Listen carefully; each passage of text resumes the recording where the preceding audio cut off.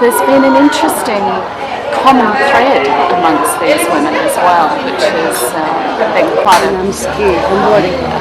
surprise to me. There's been an enormous amount of grief amongst these women, and I say grief, but they arrived such a joyous, playful, energetic lot of women. It was quite incredible. At the roots of that, our passions is in our history as a species, because looks like that as contemporary scholars come to the conclusion that speech, of course, came much later. That before that, the main means of communication for humans looks like that was singing or communicating with the pitches. Maybe this was not exactly singing as we understand singing now, but this was still, in a way, singing. A bit like, that we can say that lots of the animals around us, they can communicate with each other with different means of using their pitch. Yeah? So in the course of the history, actually, there was a huge part of our prehistory, of human prehistory, when our ancestors were communicating through singing.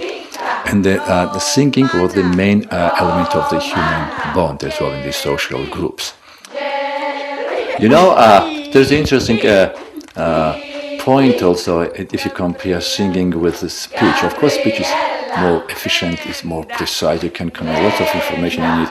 But say if you have a big party of 20 people, you can't have them all speaking same time to all 20 of them. Of course, they can pair them, speak to each other. But you can have I think that our humans' passion about the singing and about the group singing, about polyphonic singing start. Come from? That's an interesting thought, because it came from my state at the time. I was grieving the loss of my son, and I was singing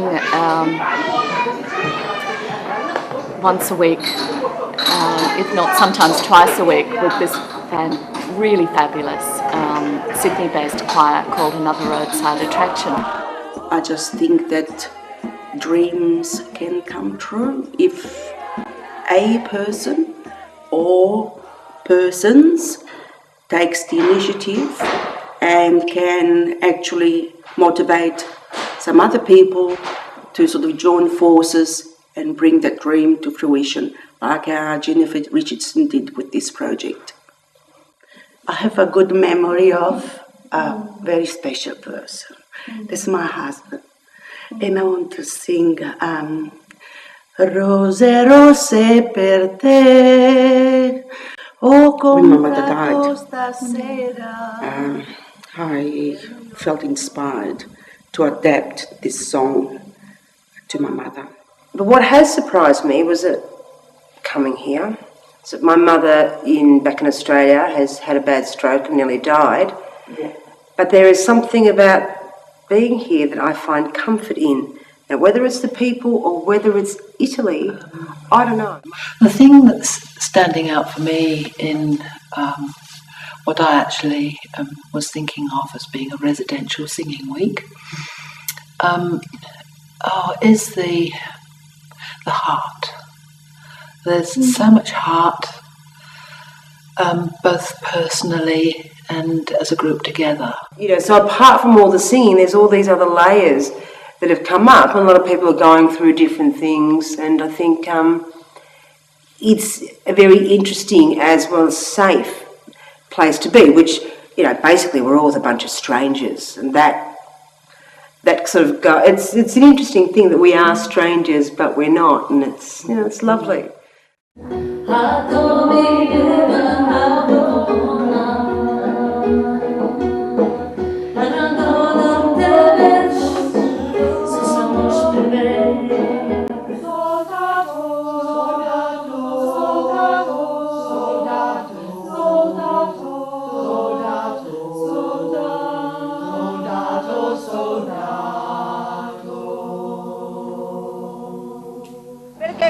Gli uomini avuto paura, viaggio a Italia, perché ciao, capisci? Va bene. Che viene dalla montagna, quel mazzolino di fiori, che viene dalla montagna. I've done a work teaching lots of older women out on Aboriginal communities, and there was some spirit in those women that was very similar to the women I work with out in the desert. We were sitting around a fire the other night, and Kiki just says very lightly, very cheekily, "Oh, we could put that cat on the fire to eat."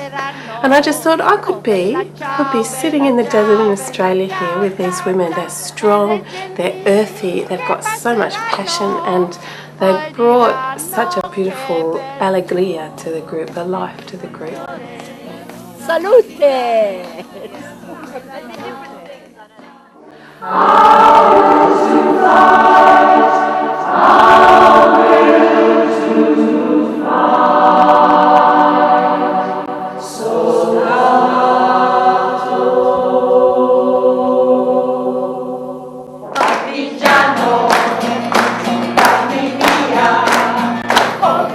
I think it's really important to have the experience away from our usual environments for many things. I think it's been very interesting to come to Italy, to Toscana. The area of Toscana is famous for the Renaissance, for intellectual endeavour, for going into the unknown, and in a sense what we're doing is going into the unknown. We're creating a choir from scratch and we're putting on a concert, and a lot of people who have come to our workshops haven't necessarily performed in a choir in public before, so they're making a big jump in themselves. And I think there's just the vibration of the right vibration of creativity, I think, for our work to be nurtured. One aspect also of what we're doing and that we want to develop is cultural exchange, and the fact that we came to this place and we met artists who understand what we're doing because they understand the nature of creating new work. We were very well supported, and we are beginning to create new relationships, and that's what we want to be able to do with this thing. We want to be able to create relationships between the people of the place by singing to them. We also want to create new relationships with the artists in the place, and setting the seeds for future collaboration.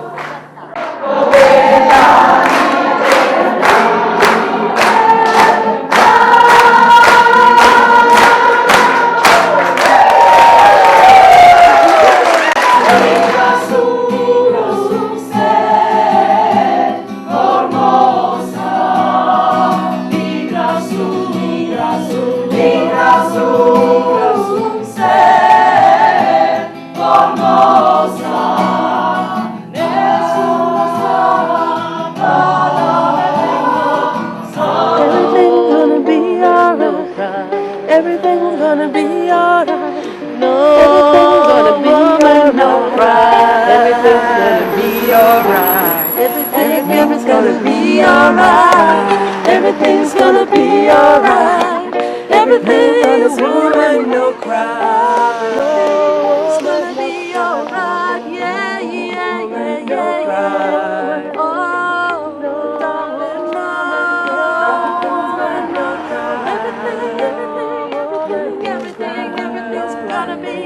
everything's gonna be, everything's gonna